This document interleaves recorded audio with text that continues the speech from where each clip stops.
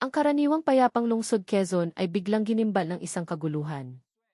Sa isang abalang kanto sa kahabaan ng Katipunan Avenue, isang tanyag na tindero ng fruit shake na matagal nang kilala ng mga residente sa lugar ang bigla na lamang dinampot ng mga pulis.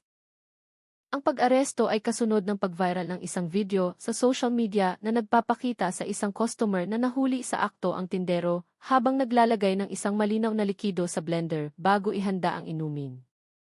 Sa unang tingin, marami ang nag-akala na ordinaryong tubig lamang iyon.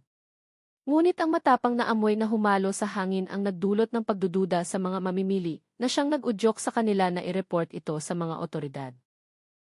Agad namang umaksyon ang mga opisyal mula sa Quezon City Police District Station Siam. Pinuntahan nila ang lokasyon sa kasagsagan ng hapon kung kailan dagsaan ang mga customer sa maliit na pwesto. Doon, natagpuan ng mga pulis ang ilang bote na walang tatak, naglalaman ng isang hindi matukoy na likido. Isa sa mga bote ay nakabukas pa sa tabi ng blender na palaging ginagamit ng suspect sa pagtitimpla ng kanyang mga paninda. Agad na isinamsam ang mga ito, kasama ang ilang baso ng shake na nakahanda ng ibenta, upang isailalim sa masusing pagsusuri sa forensic laboratory. Ayon sa paunang pahayag ng hepe ng istasyon, ang suspect na kinilala bilang si Simon Reyes, isang 34 taong gulang na lalaki, ay halos 2 taon nang nagtitinda sa lugar na iyon. Kilala siya bilang isang taong palakaibigan at masipag. Madalas pa nga siyang magbigay ng diskwento sa kanyang mga suki. Ngunit nagsimulang lumitaw ang mga hinala ng ilang residente ang dumaing ng pagkahilo at pagduduwal matapos uminom ng shake na gawa niya sa mga nakalipas na linggo. Nakatanggap kami ng ulat mula sa 3 residente na nakaranas ng magkakatulad na sintomas. Mula roon, sinimulan na namin ang investigasyon, pahayag ng hepe sa isang press conference. Agad na nakialam ang City Health Office ng Quezon City. Ang misteryosong likido ay ipinadala sa laboratorio upang suriin ang komposisyon nito. Lumabas sa paunang resulta na naglalaman ito ng isang uri ng mild organic solvent, isang kemikal na hindi dapat gamitin sa anumang produktong pagkain. Hinala ng mga eksperto, ginamit ang kemikal upang magbigay ng mas matingkad na kulay at pahabain ang shelf life ng mga shake na kanyang ibinebenta. Mabilis na kumalat ang balitang ito sa social media. Maraming netizens ang kinilabutan sa isiping ang inuming sa unang tingin ay sariwa at natural ay maaaring naglalaman pala ng mapanganib na sangkap. Sa lugar ng insidente, inamin ng ilang katabing tindero ang kanilang pag-aalala dahil nadamay ang kanilang mga paninda, biglang humina ang kanilang benta dahil sa kasong ito. Samantala, si Simon ay kasalukuyang sumasailalim sa masusing interogasyon sa Camp Karingal upang alamin kung saan nagmula ang likido at ano ang tunay na motibo sa likod ng paggamit nito. Tiniyak ng pulisya na ipagpapatuloy ang investigasyon hanggang sa matukoy ang lahat ng sangkot, kabilang na ang posibleng distributor ng iligal na kemikal. Nagbigay din sila ng babala sa publiko na maging mas maingat sa pagpili ng mga pagkain at inumin sa kalye, lalo na kung may kakaibang lasa o amoy. Ngayon, ang lugar kung saan dating nakatayo ang pwesto ni Simon ay napapalibutan na ng police line, habang ang blender at iba pang gamit sa pagtitinda ay kinumpiska bilang ebidensya. Patuloy pa ring pinag-uusapan ng mga residente ang kaso, habang hinihintay ang opisyal na resulta ng laboratorio at ang susunod na pahayag mula sa mga otoridad. Ang dating masiglang kapaligiran sa lugar ay napalitan ng tensyon at pag-aalinlangan. Tila walang sinuman ang makapaniwala na ang isang simpleng kariton ng fruit shake ay maaaring magtago ng isang misteryong lubhang nakakagimbal. Matapos ang isang buong gabing masinsinang pagsisiyasat, unti-unting nagsalita ang suspect na si Simon at nabuksan ang tabing ng misteryong gumimbal sa buong Quezon City. Sa loob ng interrogation room sa Camp Karingal, ang lalaking kilala sa pagiging tahimik ay halatang-halatang nanghihina. Inamin niyang ang malinaw na likidong natagpuan sa kanyang blender ay hindi ordinaryong tubig, kundi isang pinaghalong pampreserba at pampaklaro na binili niya online mula sa isang tindahan ng kemikal sa labas ng Metro Manila. Ang dahilan na kanyang ibinigay ay nagpatigil sa mga investigador. Ikinatwira ni Simon na gusto lamang niyang maging mas kaakit-akit at mas matagal masira ang kanyang mga shake dahil sa takot na lumipat ang kanyang mga suki sa ibang nagtitinda. Ayon sa ulat ng pulisya, binili ni Simon ang likido sa mga litrong bote sa halagang 300 bawat isa. Hindi niya raw alam, o nagkunwaring hindi alam, na ang kemikal na iyon ay mahigpit na ipinagbabawal sa pagkain at inumin. Inamin niyang hinahaluan niya ito sa kaunting dosis upang manatiling sariwa ang kulay ng shake sa buong araw. Ngunit gaano man kaliit ang dosis, ang sangkap na iyon ay nananatiling mapanganib sa katawan ng tao, paliwanag ni Police Major Hector Santos, ang hepe ng Criminal Investigation and Detection Unit ng KIF. Ang resulta ng laboratory test na lumabas kinabukasan ay lalong nagpatibay sa hinala ng mga otoridad. Natuklasan ang pagkakaroon ng ethyl acetate at bahagyang formalin, dalawang sangkap na karaniwang ginagamit sa industriya ng kosmetiko at panlinis, hindi para sa konsumo ng tao. Ayon sa mga eksperto mula sa City Health Office, ang paulit-ulit na pagkonsumo ng mga kemikal na ito ay maaaring magdulot ng iritasyon sa tiyan, pagkahilo at maging sakit sa atay. Muling binuo ang kronolohiya ng pangyayari. Ilang linggo bago ang insidente, ilang estudyante mula sa isang kalapit na unibersidad ang nagreklamo ng pananakit ng tiyan matapos bumili ng mango shake mula sa pwesto ni Simon. Sa una, inakala nilang dahil lang ito sa hindi na sariwang prutas. Ngunit nang maranasan din ito ng ibang customer, lumakas ang kanilang pagdududa. Isang customer ang palihim na nag-video habang nagpapatak si Simon ng malinaw na likido sa blender at agad itong in-upload sa social media. Sa loob lamang ng ilang oras, nag-viral ang video at mabilis na umaksyon ang pulisya. Ang kapaligiran sa pwesto ni Simon ay tuluyan ng nagbago. Ang maliit na kariton na kulay berdeng mansanas ay nabakuran na ng police line at ang mga residente sa paligid ay umiiwas ng lumapit dito. Inamin ng katabing tindera na si Aling Rina na bumagsak ang kanilang benta ng halos 70% dahil sa takot ng mga mamimili. Wala naman kaming kinalaman dyan pero lahat kami nadamay. Nagiging parano na ang mga tao. Akala nila lahat ng shake dito, pare-pareho, hinaing ni Aling Rina na nagtitinda ng sagot gulaman. Si Susan Villaroman, ang pinuno ng City Health Office, ay nagbigay diin na paigtingin nila ang pagbabantay sa mga inihahandang inumin sa kalye. Magsasagawa ang mga tauhan niya ng mga sorpresang inspeksyon sa iba't ibang food stall upang tiyakin na walang gumagamit ng mga ipinagbabawal na kemikal. Ito ay isang matinding babala para sa lahat ng maliliit na negosyante.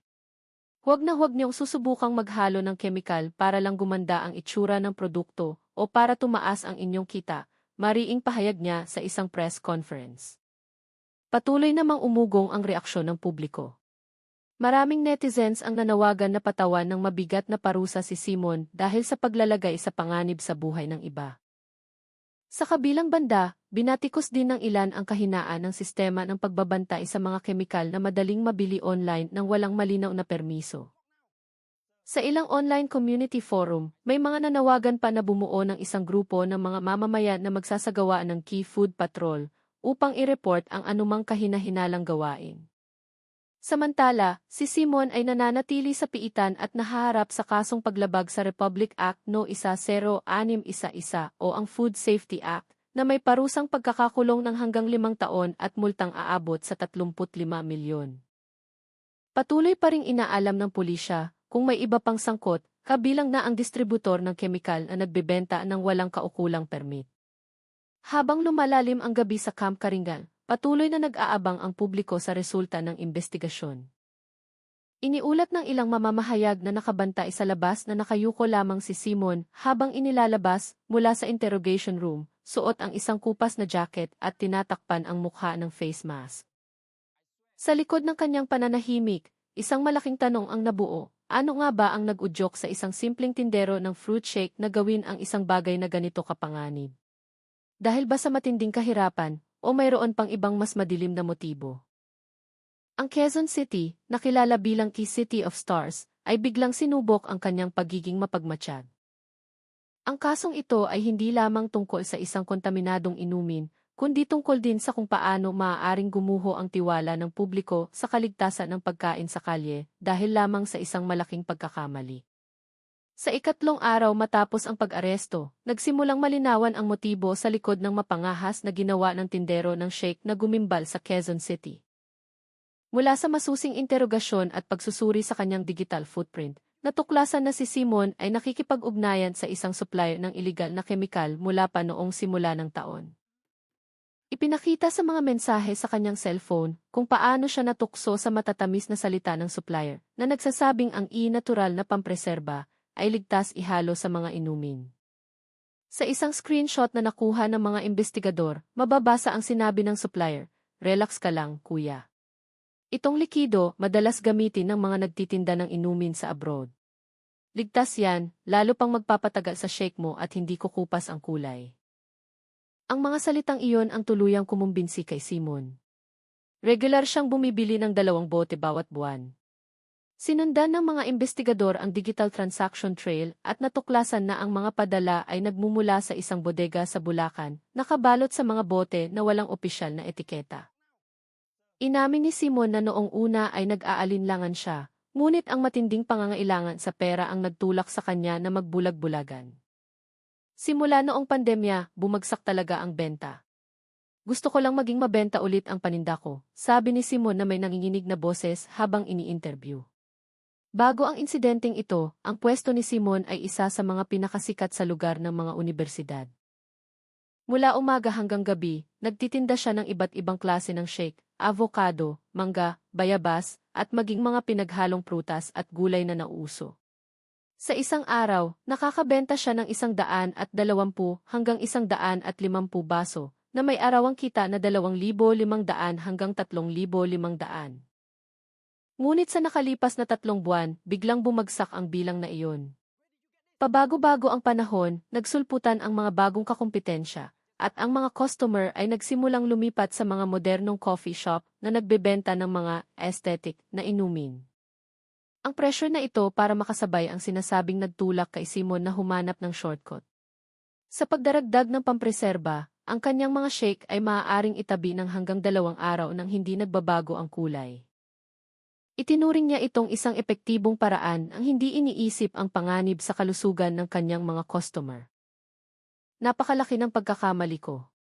Hindi ko alam na ganoon pala kalala ang epekto," sabi ni Simon habang nakayuko, nang iharap sa kanya ang resulta ng laboratory test na nagpapakita ng formalin at ethyl acetate sa kanyang produkto. Ngunit hindi lamang si Simon ang naging sentro ng investigasyon, mabilis ding kumilos ang mga otoridad upang tugisin ang supplier ng kemikal.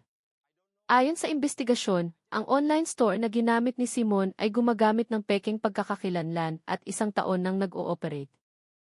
Hinala ng pulisya, ang sindikatong ito ay nagsusupply na rin ng mga mapanganib na kemikal sa iba pang mga lungsod tulad ng Cebu, Davao, at Iloilo. Ang National Capital Region Police Office, NFRPO, at ang Food and Drug Administration, DEA, ay bumuo ng isang Special Joint Task Force upang putulin ang supply chain ng illegal na kemikal na ito. Sinabi ni Direktor Ramon Mon Castillo ng FDNTER na ang kasong ito ay isang malinaw na halimbawa kung gaano kadali maipasa-pasa ang mga mapanganib na kemikal kung hindi ito mahigpit na babantayan. Isang patak ay maaaring mukhang balewala, ngunit ang epekto nito ay maaaring makasira ng mga laman loob kung paulit-ulit na makokonsumo. "Hindi kami magbibigay ng anumang konsiderasyon sa mga negosyanteng pinaglalaruan ang kaligtasan ng publiko," mariing pahayag niya. Sa kabilang banda, ang mga residente sa paligid ng pwesto ni Simon ay nahahati sa pagitan ng galit at awa. Ilang kapitbahay, tulad ni Mang Lito, ang nagsabing kilala nila si Simon bilang isang magalang at mabait na tao. Madalas pang araw nitong tulungan ang mga batang dumadaan sa pamamagitan ng pagbibigay ng mas murang shake. "Nagulat kami kasi hindi naman siya masamang tao. Siguro dahil lang sa sobrang gipit kaya naging desperado," sabi ni Mang Lito. Nagsimula rin ng debate ang kasong ito sa mga street vendor. Marami ang naniniwala na ang kompetisyon sa negosyo ng mga nausong inumin ay lalong humihigpit na naglalagay sa mga tradisyonal na tindero sa matinding pressure. Umaasa ang ilan na makapagbigay ang gobyerno ng suporta at edukasyon para sa mga maliliit na negosyante upang hindi sila madaling matukso sa mga instant na solusyon. Pagsapit ng gabi, ang lugar sa Katipunan Avenue ay muling naging abala, hindi dahil sa mga nagtitinda, kundi dahil sa mga taong dumadayo para lamang makita ang lugar na ngayon ay viral na. Nakaharang pa rin ang police line, habang isang maliit na karatulang may nakasulat na "Under Investigation, No Entry" ang nakadikit sa gilid ng kariton. Ilang kabataan ang kumukuha ng litrato at nag-upload sa social media na may caption na "Ang viral shake na gumimbal sa Nananatili sa kustodya ng pulisya si Simon para sa karagdagang investigasyon. Plano ng mga otoridad na magsagawa ng rekonstruksyon ng krimen upang makumpleto ang kronolohiya mula sa pagbili ng likido hanggang sa proseso ng paghahalo nito sa pwesto. Patuloy na sinusubaybayan ng publiko ang kasong ito na sumasalamin kung gaano kanipis ang linya sa pagitan ng pagnanais na mabuhay at ng paglabag sa batas na naglalagay sa panganib sa maraming tao. Ang gabi sa Quezon City ay hindi na kasing payapa ng dati. Ang mga ilaw sa poste ay tila dumilim sa paligid ng lugar, nag-iiwan ng isang malaking tanong sa isipan ng mga residente. Ilan pa kayang matitinong tindero ang posibleng madulas at matukso dahil sa tindi ng hirap ng buhay? Kinabukasan, ang kapaligiran sa Quezon City ay biglang nagbago. Hindi lamang sa paligid ng Katipunan Avenue, kundi halos sa buong lungsod. Nagsimulang huminto ang mga tao sa pagbili ng inumin mula sa mga street vendor. Ilang pwesto ng shake at sa malamig ang tila nilangaw, gayong karaniwan itong dinudumog tuwing tanghali. Sa mga lokal na Facebook group, nagsulputan ang mga post na naglalaman ng listahan ng mga dapat iwasang tindero ng shake, kumpleto pa sa mga larawan ng kanilang mga kariton na wala namang kinalaman sa kaso ni Simon. Ang fenomeno na ito ay nagdulot ng matinding pag-aalala sa maraming tindero. Ang ilan ay ibinaba pa ang kanilang mga tarpaulin dahil sa takot na bisitahin ng mga otoridad o pagdudahan ng mga tao. Mula nang mag-viral ang balitang iyan na wala na lahat ng customer. Mas gusto na nilang bumili ng bottled water ngayon, hinaing ni Aling Merena, isang nagtitinda ng shake sa Kamuning Market na 15 taon nang nasa negosyo. Nagsimula na ring i-cover ng national media ang kaso. Bawat news broadcast ay ipinapakita ang mukha ni Simon na natatakpan ng maskara at sombrero, habang sinasabayan ng dramatikong salaysay tungkol sa tindero ng lasong shake. Ngunit sa likod ng mga kamera, ang epekto nito ay mas malawak pa kaysa sa isang nagkasala lamang. Ipinakita sa datos mula sa Department of Trade and Industry, na sa loob ng 2 linggo matapos pumutok ang kaso, ang average na kita ng mga tindero ng inumin sa kalye ay bumagsak ng halos 60%. Sa kabilang dako, naging sobrang mapagmatsyag ang publiko. Ilang elementarya ang naglabas ng circular para sa mga mag-aaral na huwag bumili ng inumin sa labas ng eskwelahan nang walang pahintulot ng guro. Naitala rin ng mga ospital sa lungsod ang 15% na pagtaas ng mga pasyenteng may reklamo sa panunaw. Bagamat karamihan ay napatunayang dahil lamang sa sobrang pag-aalala, tinawag ng mga psychologist ang fenomeno na ito bilang domino effect of public fear. Subalit sa gitna ng kaguluhan, isang eksena ang nakaantig sa marami. Ilang komunidad ng mga mag-aaral mula sa mga kalapit na unibersidad ang nagkusa na maglunsad ng kampanyang tinawag na Ligtas na Inumin. Bumaba sila sa mga kalsada, namahagi ng mga polyeto tungkol sa kung paano makikilala ang ligtas na inumin at nagbigay ng edukasyon tungkol sa panganib ng mga kemikal. Ang kasong ito ay hindi dapat maging usapan lang. Kailangan nating magising na ang kaligtasan ng pagkain ay responsibilidad nating lahat, sabi ni Angelica Angie Pineda, ang coordinator ng grupo at isang mag-aaral ng public health sa V. Diliman. Sa panig ng gobyerno, patuloy ang mabilis na pagkilos. Si Mayor Arturo Art Dizon ay nagpatawag ng emergency meeting kasama ang City Health Office, GA at pulisya. Ipinahayag niyang maglalabas siya ng bagong polisiya, isang key micro-business permit para sa bawat naglalako ng inumin. Sa pamamagitan ng permit na ito, obligado ang bawat tindero na irehistro ang mga sangkap at kagamitang kanilang ginagamit. Ayaw nating sirain ng kasong ito ang imahe ng mga tapat na maliliit na negosyante, pero kailangan nating higpitan ang pagbabantay, sabi niya sa isang press conference sa City Hall. Iba-iba ang naging reaksyon ng publiko. May mga sumuporta sa mahigpit na hakbang ng gobyerno, ngunit hindi rin kakaunti ang nagsabing ang polisiyang ito ay magiging pabigat lamang sa mga maliliit na tindero. Ilang samahan ng mga street vendor ang naghain ng pagtutol na nangangatwirang ang dagdag na gastos sa administrasyon ay maaaring maging pasanin sa gitna ng mahirap na sitwasyong ekonomiko. Sumasang-ayon kaming bantayan, pero huwag naman sanang maging dahilan para malugi kami, sabi ni Mang Yanto, ang pangulo ng Asosasyon ng mga Street Vendor sa Quezon City. Samantala, sa gitna ng ingay ng balita, dahan-dahang nabunyag ang personal na kwento ni Simon. Mula sa karagdagang investigasyon, nalaman na mag-isa lamang siyang naninirahan sa isang simpleng inuupahang kwarto sa isang lugar sa Novaliches. Iniwan na siya ng kanyang asawa 2 taon na ang nakalipas dahil sa problema sa pera, habang ang kanyang nag-iisang anak ay nakatira sa pamilya nito sa probinsya. Sa kanyang pang-araw-araw na buhay, kilala si Simon bilang isang taong sarado at bihirang makisalamuha. Ayon sa mga kapitbahay, madalas siyang nakikitang nakaupo sa labas ng kanyang inuupahan, nakatingin sa malayo na tila may malalim na iniisip. Nakikipag-ugnayan na ngayon ang pulisya sa mga forensic psychologist upang suriin ang estado ng pag-iisip ni Simon.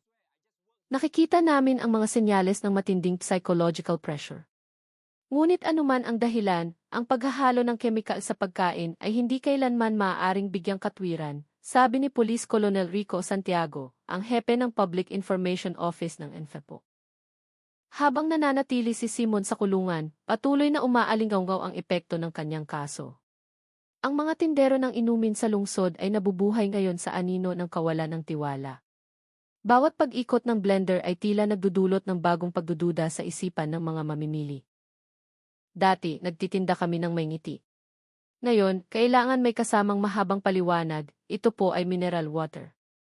Sariwa po ang prutas. Wala pong pampreserba, sabi ni Mang Dardo, isang naglalako ng shake malapit sa Quezon Memorial Circle. Nakinailangang magdikit ng malaking karatula sa kanyang kariton, 100% walang halong kemikal. Sinubukan ng ilang grupo na ibalik ang tiwala ng publiko sa pamamagitan ng paggawa ng sistema ng label para sa mga tinderong pumasa sa pagsusuri ng City Health Office. Ngunit, hindi pa ito ganap na naipapatupad dahil sa kakulangan sa pondo at tauhan. Gayunpaman, umaasa ang marami na ang hakbang na ito ay maibabalik ang pakiramdam ng seguridad na pansamantalang nawala. Ang kasong ito ay hindi na lamang isang usaping kriminal, kundi naging isang krisis panlipunan at psikolohikal. Mula sa isang blender at isang bote ng misteryosong likido, isinilang ang isang alon ng takot na yumanig sa buong lungsod. Ang Quezon City, ang lungsod na kilala sa pagiging magiliw, masigla, at puno ng tiwala, ay natututo ngayong harapin ang isang mapait na katotohanan. Minsan, ang pinakamalaking panganib ay maaaring magmula sa lugar na hindi mo inaasahan. 3 linggo na ang lumipas mula nang pumutok ang kaso ng tindero ng shake sa Katipunan Avenue, ngunit ang alinggaw nito ay hindi pa rin humuhupa. Marupok pa rin ang tiwala ng publiko. Maraming maliliit na negosyante ang dumadaing dahil hindi pa rin bumabalik sa normal ang kanilang kita. Ngunit, dahan-dahan, nagsimulang magpakita ang mga senyales ng pagbangon. Ang pamahalaang lungsod, sa pakikipagtulungan sa mga universidad at non-government organization, ay naglunsad ng isang programang tinawag na Iligtas na Pagkain Movement. Ang programang ito ay naglalaman ng libreng pagsasanay para sa mga tindero ng inumin at pagkain sa kalye upang matutunan ang pagkilala sa mga mapanganib na sangkap, pagpapanatili ng kalinisan ng kagamitan, at maging ang simpleng pamamahala sa pananalapi upang hindi madaling matukso sa mga shortcut. Sa mga barangay hall at mga kampus, nagsimulang magturo ang mga voluntaryo sa mga tindero kung paano gumawa ng natural na pampreserba gamit ang mga sangkap tulad ng kalamansi, asin at pulot.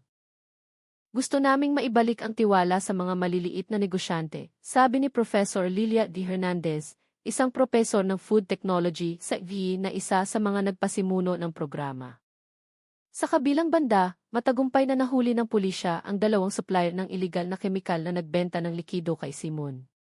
Mula sa investigasyon, napatunayang ipinapakalat nila ang mapanganib na sangkap sa iba't ibang lugar ng walang permit. Ang pagkakahuli sa kanila ay tinanggap ng may malaking ginhawa ng publiko na tila nagbukas ng kaunting pag-asa na maiiwasan ang mga katulad na kaso sa hinaharap. Gayunpaman, hindi pa rin tuluyang nawawala ang trauma sa komunidad.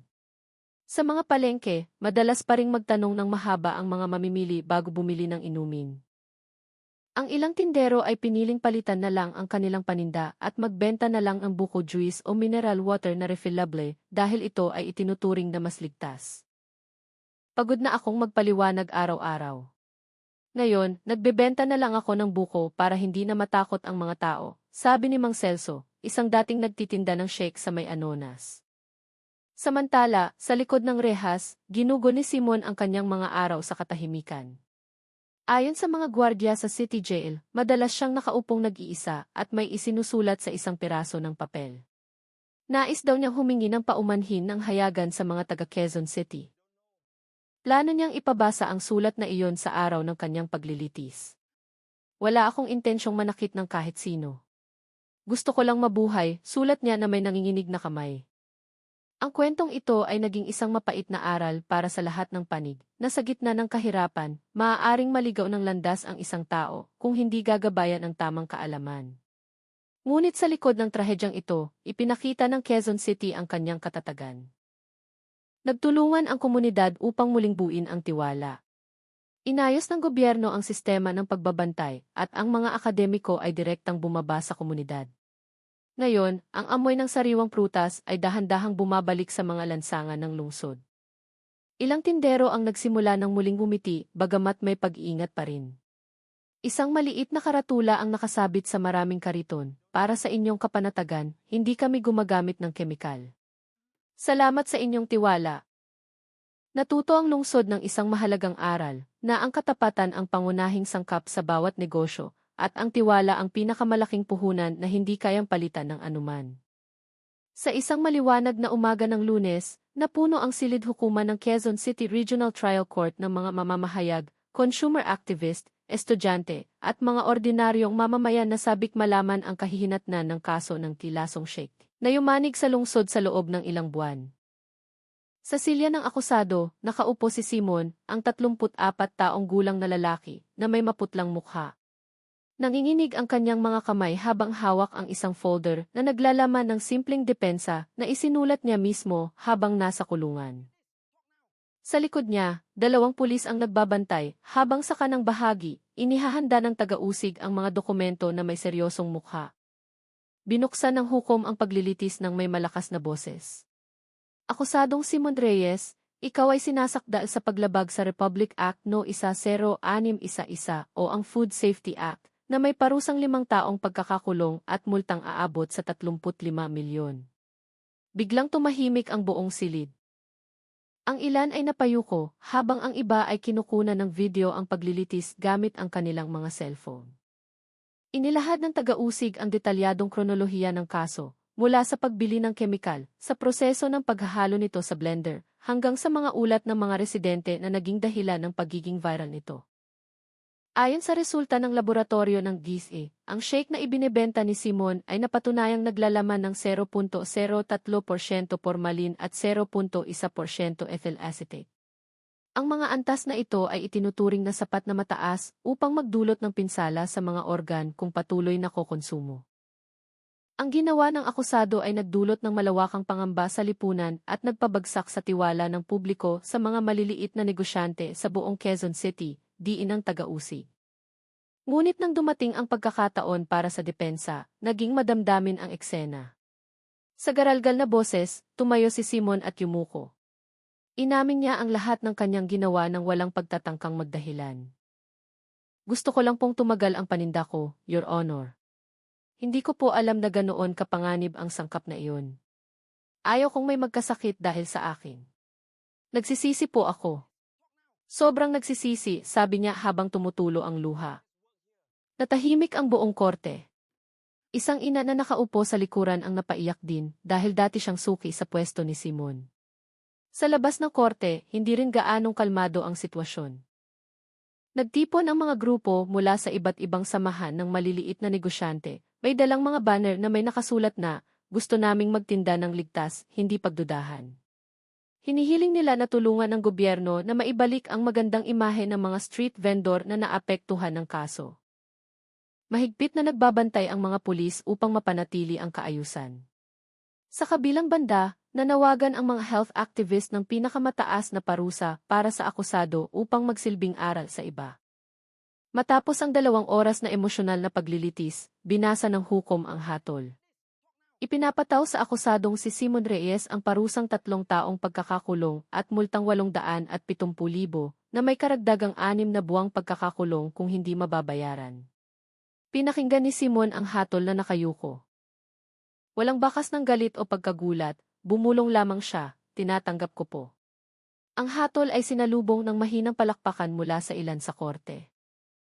Bagamat para sa ilan ay masyadong magaan ang parusa, para sa marami, ang pinakamahalaga ay hindi na ang haba ng sentensya, kundi ang mensaheng moral sa likod ng kaso, na ang katapatan sa negosyo ay isang bagay na hindi matatawaran. Pagkatapos ng paglilitis, inilabas si Simon patungo sa sasakyan ng kulungan. Sa labas, pinilit siyang tanungin ng mga mamamahayag. Ngunit isang pangungusap lamang ang kanyang nasabi bago sumarado ang pinto.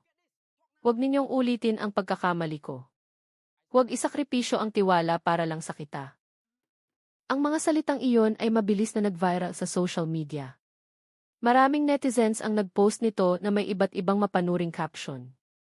Ginawa pa itong slogan ng ilang grupo ng business sa kanilang mga kampanya para sa ligtas na pagkain. Sa loob lamang ng ilang araw, naging trending sa Twitter at TikTok ang hashtag na tiwala bago kita. Ilang panahon ang lumipas, iniulat ng City Health Office na nagsimula ng bumuti ang benta ng mga inumin sa kalye. Nagbigay ang gobyerno ng mga sertipiko ng ligtas na tindero sa 420 na nagtitinda na pumasa sa pagsusuri ng mga sangkap. Ang kilusang ito ay sinuportahan ng marami, lalo na ng mga kabataan na ngayon ay mas may kamalayan na sa kahalagahan ng kaligtasan ng pagkain. Gayunpaman, ang kwento ni Simon ay nanatiling isang anino sa alaala ng mga taga Quezon City. Marami ang naniniwala na ang kasong ito ay hindi dapat maalala bilang isang iskandalo lamang, kundi bilang isang aral panlipunan na gumising sa lahat. Isang taon matapos ang trahedya ng Kilasong Shake na yumanig sa Quezon City, ang buhay sa lungsod ay tunay na nagbago. Hindi na ito napupuno ng pagdududa at takot, kundi ng isang bagong sigla, isang sigla upang ayusin ang sistema, buuin muli ang tiwala at protektahan ang maliliit na negosyante upang hindi na sila muling maligaw ng landas. Inilunsad ng Department of Trade and Industry at ng pamahalaang lungsod ng Quezon ang isang malaking programa na tinawag na Ligtas, Angat, na naging kanlungan para sa libu-libong maliliit na negosyante, lalo na sa sektor ng pagkain. Pinagsama ng programa ang tatlong pangunahing elemento, pagsasanay sa kaligtasan ng pagkain, suporta sa digitalisasyon ng negosyo, at tulong pinansyal na walang interes. Sa pamamagitan nito, umaasa ang gobyerno na hindi nahahanap ng mapanganib na shortcut ang mga negosyante para lamang makasabay. Sa harap ng City Hall, naging masaya ang paglulunsad ng programa. Daan-daang tindero mula sa iba't ibang distrito ang dumalo, suot ang kanilang mga uniforme, mga makukulay na apron na may nakasulat na, Tinderong Ligtas, Customer Panatag.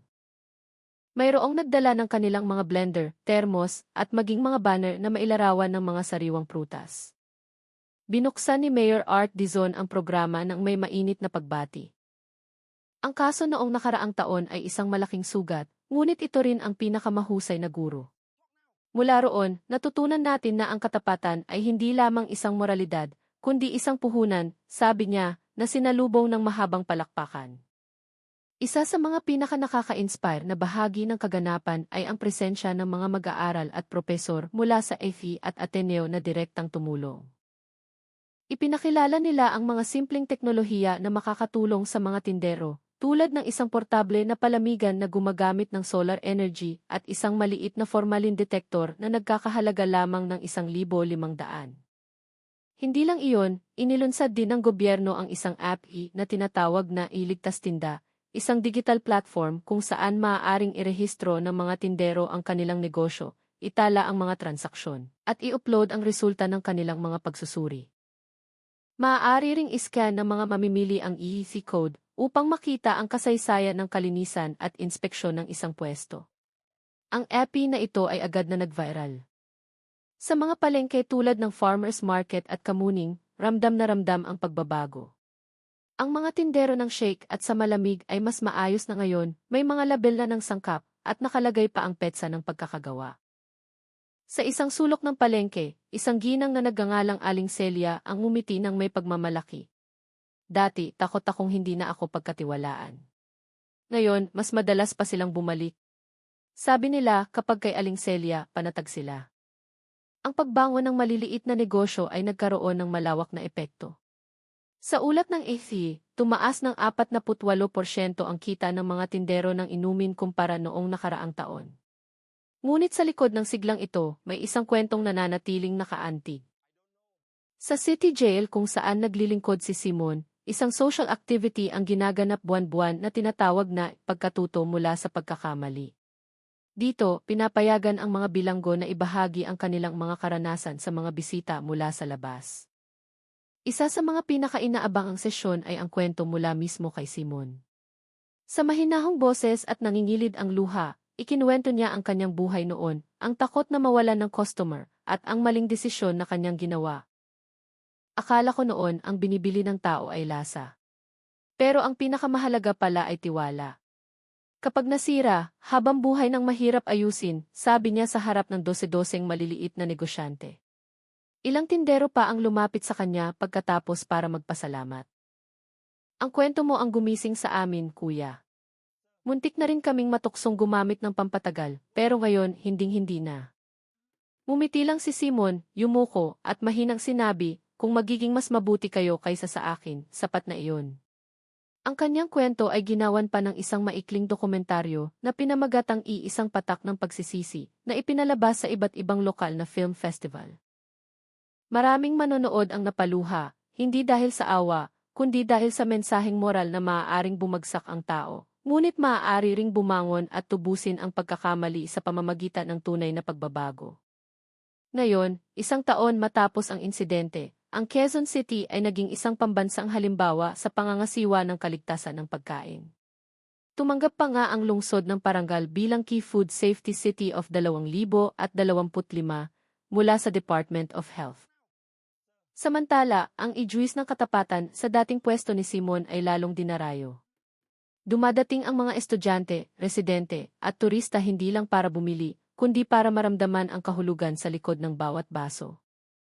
Sa pader ng tindahan, nakasulat ang isang malaking pangungusap na naging simbolo na ng lungsod. Ang tunay na sarap, hindi mula sa prutas, kundi sa pusong tapat. Muling nabuhay ang Quezon City, hindi tulad ng dati, kundi mas matatag, mas may kamalayan at mas makatao. Mula sa isang blender na minsan ay nagdala ng sakuna, isinilang ngayon ang isang malaking kilusan na nagkakalat ng kabutihan sa buong bansa. 3 taon matapos ang pangyayaring yumanig sa lungsod, ang Quezon City ay nakatayo bilang isang lugar na nalampasan ang isang malaking pagsubok. Mula sa kwento ng isang simpleng tindero ng shake, isinilang ang isang kolektibong kamalayan na ang katapatan ay hindi lamang isang personal na moralidad, kundi ang pundasyon ng tiwala ng publiko at ng kaunlaran ng lahat. Ang lungsod ay nagbago hindi sa pamamagitan ng pagtatayo ng mga bagong gusali, kundi sa pamamagitan ng pagpapalago ng maliliit na halagahan sa puso ng mga mamamayan nito. Ang mga street vendor ay hindi na minamaliit, sila na ngayon ay bahagi ng isang sistema ng pagkain na transparent, malusog at mapagkumpitensya. Mula sa farmers market hanggang sa mga sulok ng Cubao, mula sa mga kantina ng unibersidad hanggang sa mga tindahan sa gilid ng daan, naiintindihan ng lahat na ang biyaya ng kabuhayan ay nagsisimula sa isang malinis na intensyon. Samantala, si Simon, ang taong dating sentro ng Unos, ay bahagi na ngayon ng pagbabagong iyon mismo. Pagkatapos ng kanyang sentensya at pagkuha ng parole, dahil sa mabuting pag-ugali, tuluyan na siyang nakalaya.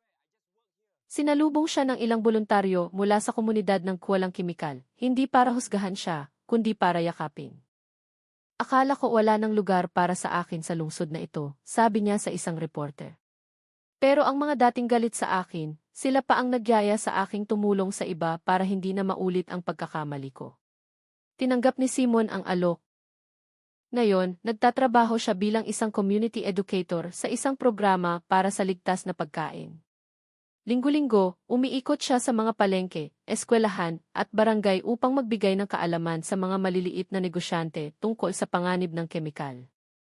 Sa bawat sesyon, palagi niyang tinatapos sa isang pangungusap na ngayon ay naging isang malalim na mensaheng moral. Hindi natin kailangan ng kemikal para gumawa ng masarap na inumin. Ang kailangan lang natin ay isang pusong malinis at isang intensyong tapat. Ang kanyang mga salita ay madalas na itinatampok sa mga video campaign ng gobyerno at ginagawang materyal sa mga seminar para sa MSNs. Sa isang malaking pagdiriwang ng National Food Safety Day, binigyan ng pagkakataon si Simon na magsalita sa entablado. Tumayo siya, nanginginig ang boses, sa harap ng libu-libong tao. Dati, ako ang dahilan kung bakit natakot ang mga tao na bumili ng inumin sa kalye. Ngayon, gusto kong maging dahilan para maniwala ang mga tao na ang maliliit na negosyante ay maaaring magbago, maging tapat at bumangon. Umugong ang palakpakan. Tumayo ang mga taga Quezon City upang bigyan siya ng respeto, hindi dahil kinalimutan na nila ang kanyang pagkakamali, kundi dahil pinahahalagahan nila ang tapang ng isang taong tubusin ito ng kabutihan. Ngayon, sa lungsod na minsa ay ginimbal ng isang bote ng hindi kilalang likido, isinilang ang isang bagong kultura na nakabatay sa tiwala. Ang mga residente at tindero ay nagbabantayan ng walang pagdududa. Ang gobyerno ay nagbabantay ng hindi mapang-api. At ang mga mamimili ay bumibili ng may kapanatagan dahil alam nilang ang bawat inuming kanilang iniinom ay hindi lamang masarap sa dila, kundi malinis din sa puso. Pagsapit ng dapit hapon, sa harap ng ijuis ng katapatan, nakita si Simon na tinutulungan ang isang batang nag-aaral magtimpla ng prutas sa blender. Ngumiti siya at mahinang sinabi, "Dati, ang blender na ito ang nag-alis sa akin ng lahat. Ngayon, ang parehong blender ang tumutulong sa aking ayusin ang lahat." Namula ang langit sa kanluran. Sa hangin, ang amoy ng sariwang prutas ay humalo sa isang samyo ng katapatan na mahirap ipaliwanag. Nalampasan na ng lungsod ang kanyang pinakamadilim na sandali at ngayon ay nakatayo ng may isang hindi matitinag na paninindigan, ang katapatan ang pangunahing sangkap sa bawat buhay.